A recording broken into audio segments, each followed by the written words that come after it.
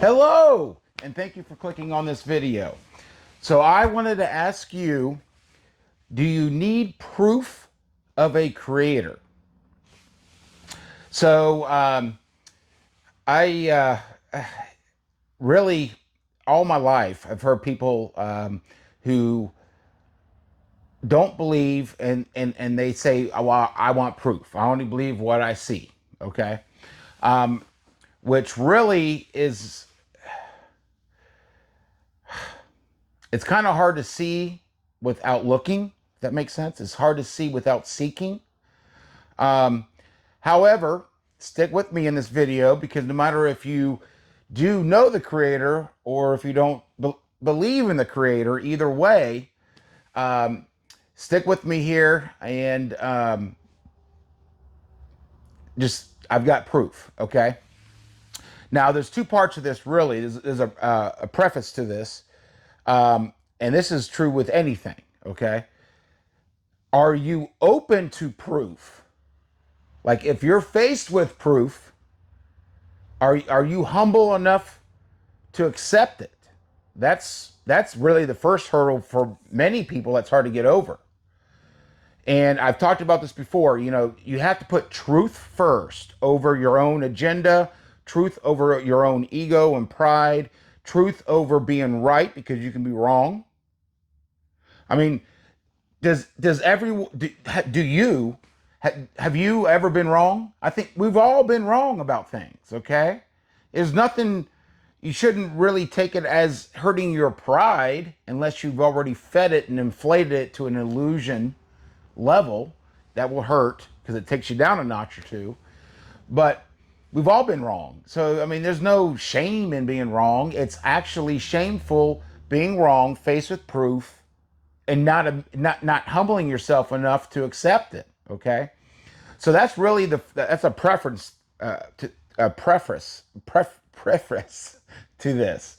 Um, so proof. All right. So let's say maybe you're more of the logical mindset, more of the scientific mindset, right? Well, let's say that we were I don't know. Okay, like first of all, the science, the basic foundation of science is observation, right? Observation, right? Um, and in a court of law, you'll have proof, right?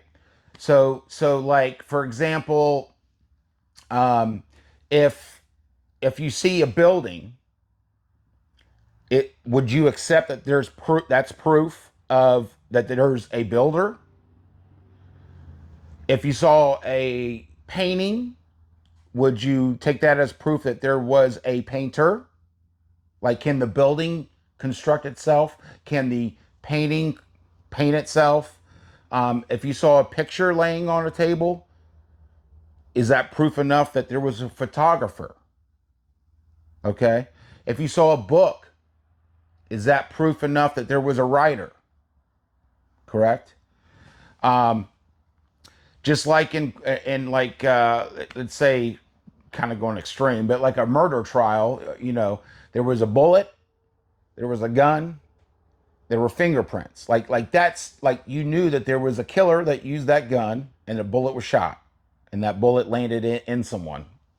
Not to be morbid or anything, but like that's proof, right? So so why don't you literally just take a look out the window, or if you're outside, look around, or the next time you're outside, look around. Okay, the proof is all around you. The proof is in the creation. Okay, that is the evidence left that there's a creator. Now stick with me. If you're rolling your eyes, stick with me here. Um, so, like, can a tree make itself? Can you create yourself? No. And then, of course, you'll say, well, there we know about reproduction processes and all that, and that's the how it works, right? But you don't do it. The tree doesn't do it. And take it a step further, if you saw a car running, the engine was just running, it was just sitting in a parking lot and the engine's running. Would you take that as proof that someone had to start that engine? If you saw, I don't know, dominoes knocking each other down, right? Just saw that. Would you take that as proof that someone had to knock the first domino over? Like, well, it's like AI. Let's take AI now. I mean, of course, that's a big thing. You know, it's answering your questions and doing these things, right? But do you take that as proof that there was a programmer? The programmer kicked it off, and maybe it does its own thing,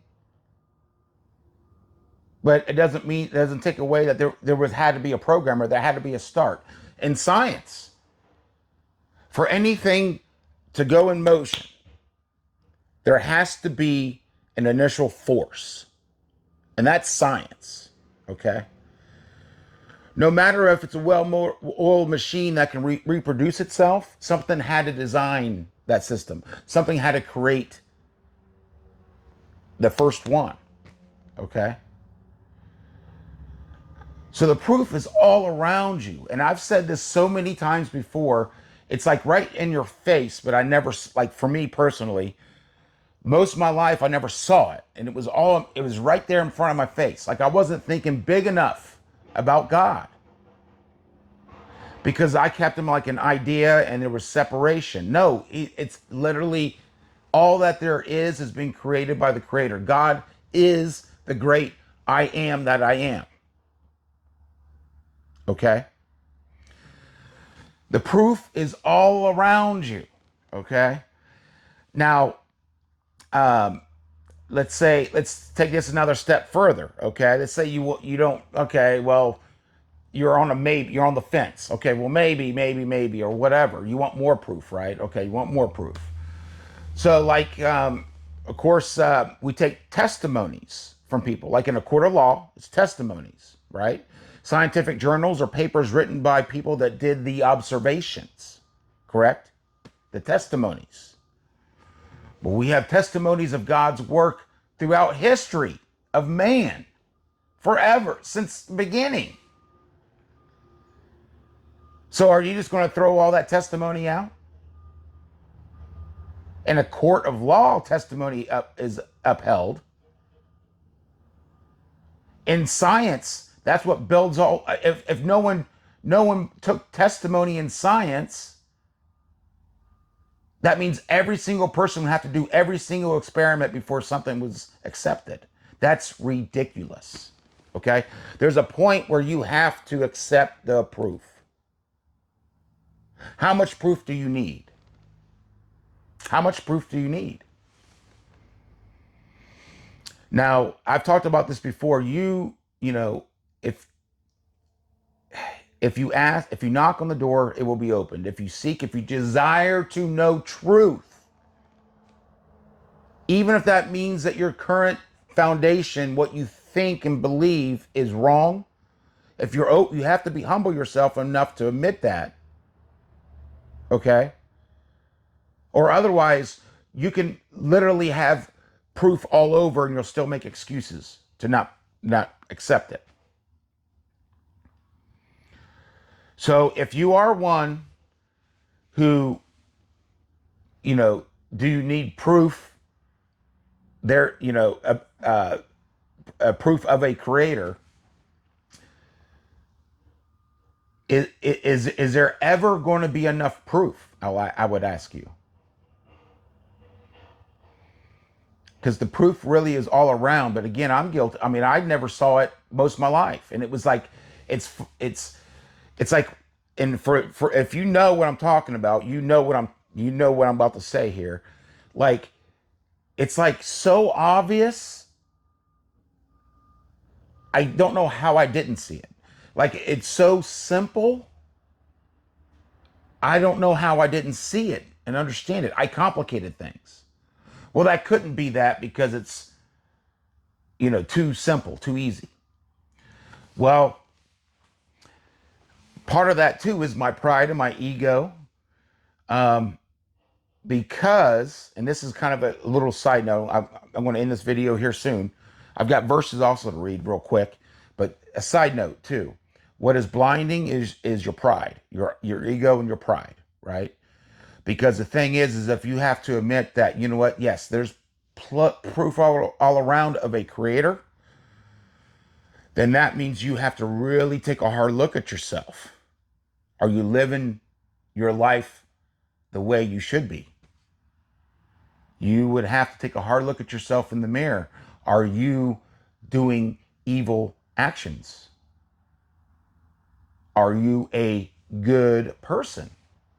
Is there things that you need to change? But the problem is if you avoid truth, you'll always be in an illusion of darkness that you'll never, you'll be in bondage. You'll be trapped. You'll be blind. But if seeking truth is your number one thing,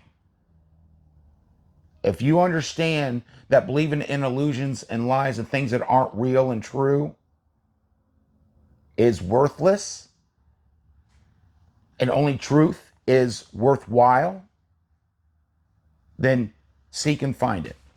So, anyways, I'm going to read some verses here. I'm going to start with John chapter 1, verses 1 through 5. In the beginning was the Word, and the Word was with God, and the Word was God. The same was in the beginning with God. All things were made by him, and without him was not anything made that was made. In him was life, and the life was the light of men. And the light shineth in darkness, and the darkness comprehended not. Another verse, by the way, I'm not going to read it, but I mean, you can literally turn to the first page of the Bible. Start at Genesis 1:1 and read that page. Tells you about the beginning. Like the beginning, everything was dark and void. Again, darkness is not substance. Darkness is the lack of something. Darkness is the lack of light. Okay. So I'm going to also read, if I can flip to it, let's see, flip to it. Colossians chapter 1, verses 16 and 17. For by him were all things created that are in heaven and that are in earth, visible and invisible, whether they be thrones or dominions or principalities or powers. All things were created by him and for him. And he is before all things, and by him all things consist. And I'm going to end with this one here. If you're still saying, "Oh no," disagreeing. And first of all, thank you for sticking with this video. If you still disagree right at this point, real quick, at least not something's like, well, maybe. At least a maybe. If I can get a maybe to get you curious to seek on your own, because you don't trust me. Like I've talked about this just in the last video. Don't trust man, but you have to do your own homework for you. Because it's only going to be you face to face with your creator once you leave the earth. Okay. I want to read Romans chapter 1, verses 20 through 25. For the invisible things of him from the creation of the world are clearly seen, being understood by the things that are made, even his eternal power and Godhead, so that they are without excuse. If you didn't really understand what those words mean, basically the invisible is proven by what we see. But, and there's no excuse. Let me continue on. Because that when they knew God, they glorified him not as God, neither were thankful, but became vain in their imaginations, and their foolish heart was darkened. Professing themselves to be wise, they became fools, and changed the glory of the uncorruptible God into an image made like to corruptible man, and to birds, and to four-footed beasts, and creeping things. Wherefore God also gave them up to uncleanliness through the lusts of their own hearts, to dishonor their own bodies between themselves, who changed the truth of God into a lie, and worshiped and served the creature more than the Creator, who is blessed forever. Amen. Do you worship the creature more than the Creator? So, anyways, thank you for sticking with this video. If you like the video, please thumbs up. Subscribe if you haven't already subscribed. Ring a ding a ling that bell for notifications to let you know when I upload videos. And as always, stay strong. God bless.